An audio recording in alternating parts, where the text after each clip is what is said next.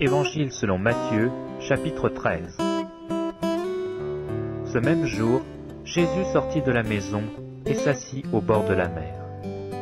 Une grande foule s'étant assemblée auprès de lui, il monta dans une barque et il s'assit. Toute la foule se tenait sur le rivage.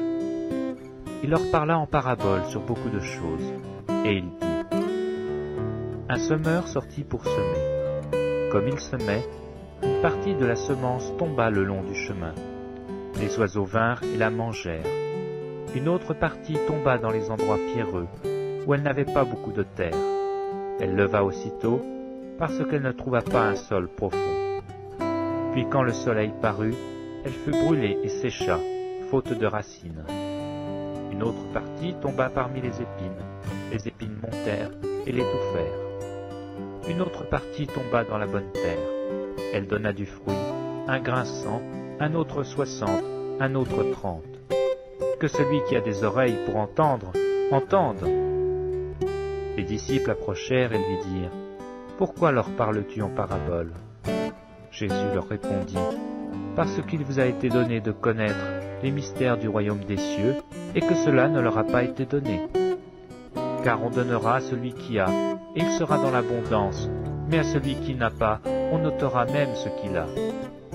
C'est pourquoi je leur parle en parabole, parce qu'en voyant, ils ne voient point, et qu'en entendant, ils n'entendent ni ne comprennent. Et pour eux s'accomplit cette prophétie d'Isaïe. Vous entendrez de vos oreilles, et vous ne comprendrez point. Vous regarderez de vos yeux, et vous ne verrez point. Car le cœur de ce peuple est devenu insensible. Ils ont endurci leurs oreilles, et ils ont fermé leurs yeux, de peur qu'ils ne voient de leurs yeux, qu'ils n'entendent dans leurs oreilles, qu'ils ne comprennent dans leur cœur, qu'ils ne se convertissent, et que je ne les guérisse. Mais heureux sont vos yeux, parce qu'ils voient, et vos oreilles, parce qu'elles entendent. Je vous le dis en vérité, beaucoup de prophètes et de justes ont désiré voir ce que vous voyez, et ne l'ont pas vu, entendre ce que vous entendez, et ne l'ont pas entendu. Vous donc, écoutez ce que signifie la parabole du semeur. Lorsqu'un homme écoute la parole du royaume et ne la comprend pas, le malin vient et enlève ce qui a été semé dans son cœur. Cet homme est celui qui a reçu la semence le long du chemin. Celui qui a reçu la semence dans les endroits pierreux, c'est celui qui entend la parole et la reçoit aussitôt avec joie. Mais il n'a pas de racine en lui-même, il manque de persistance, et dès que survient une tribulation ou une persécution à cause de la parole, il y trouve une occasion de chute. Celui qui a reçu la semence parmi les épines, c'est celui qui entend la parole, mais en qui les soucis du siècle et la séduction des richesses étouffent cette parole et la rendent infructueuse. Celui qui a reçu la semence dans la bonne terre, c'est celui qui entend la parole et la comprend. Il porte du fruit, et un grain en donne 100, un autre 60, un autre 30. Il leur proposa une autre parabole, et il dit : Le royaume des cieux est semblable à un homme qui a semé une bonne semence dans son champ. Mais pendant que les gens dormaient, son ennemi vint, sema de l'ivraie parmi le blé et s'en alla. Lorsque l'herbe eut poussé et donné du fruit, l'ivraie parut aussi. Les serviteurs du maître de la maison vinrent lui dire : Seigneur, n'as-tu pas semé une bonne semence dans ton champ ? D'où vient donc qu'il y a de l'ivraie ? Il leur répondit : C'est un ennemi qui a fait cela.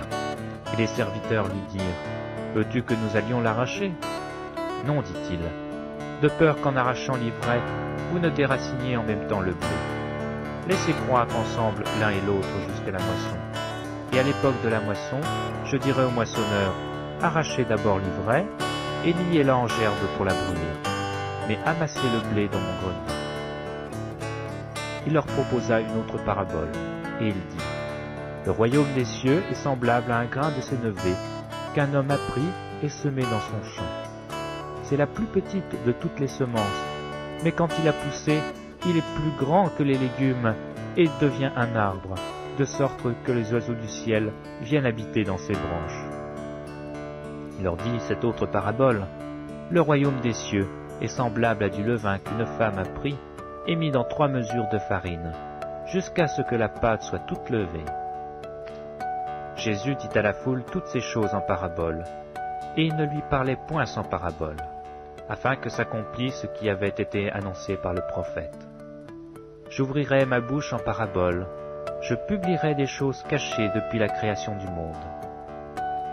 Alors il renvoya la foule et entra dans la maison. Ses disciples approchèrent de lui et dirent : « Explique-nous la parabole de l'ivraie et du champ. » Il répondit : « Celui qui sème la bonne semence, c'est le Fils de l'homme. Le champ, c'est le monde. La bonne semence, ce sont les fils du royaume.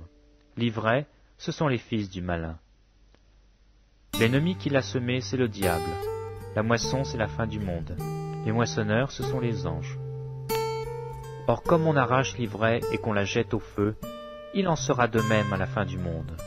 Le Fils de l'homme enverra ses anges, qui arracheront de son royaume tous les scandales et ceux qui commettent l'iniquité. Et ils jetteront dans la fournaise ardente, où il y aura des pleurs et des grincements de dents. Alors les justes resplendiront comme le soleil dans le royaume de leur Père. Que celui qui a des oreilles pour entendre, entende. Le royaume des cieux est encore semblable à un trésor caché dans un champ. L'homme qui l'a trouvé le cache, et dans sa joie, il va vendre tout ce qu'il a et achète ce champ.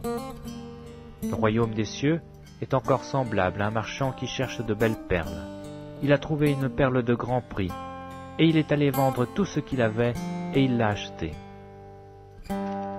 Le royaume des cieux est encore semblable à un filet jeté dans la mer, et ramassant des poissons de toute espèce. Quand il est rempli, les pêcheurs le tirent, et après s'être assis sur le rivage, ils mettent dans des vases ce qui est bon, et ils jettent ce qui est mauvais. Il en sera de même à la fin du monde.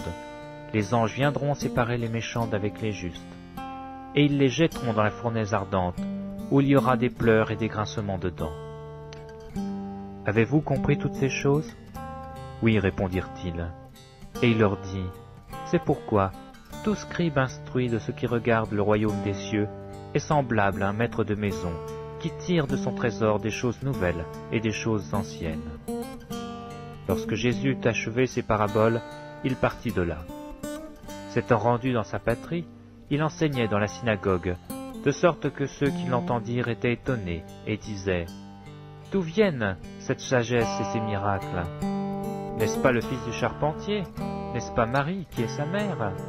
Jacques, Joseph, Simon et Jude ne sont-ils pas ses frères ? Et ses sœurs ne sont-elles pas toutes parmi nous ? D'où lui viennent donc toutes ces choses ?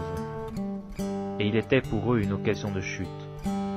Mais Jésus leur dit : Un prophète n'est méprisé que dans sa patrie et dans sa maison. Et il ne fit pas beaucoup de miracles dans ce lieu, à cause de leur incrédulité.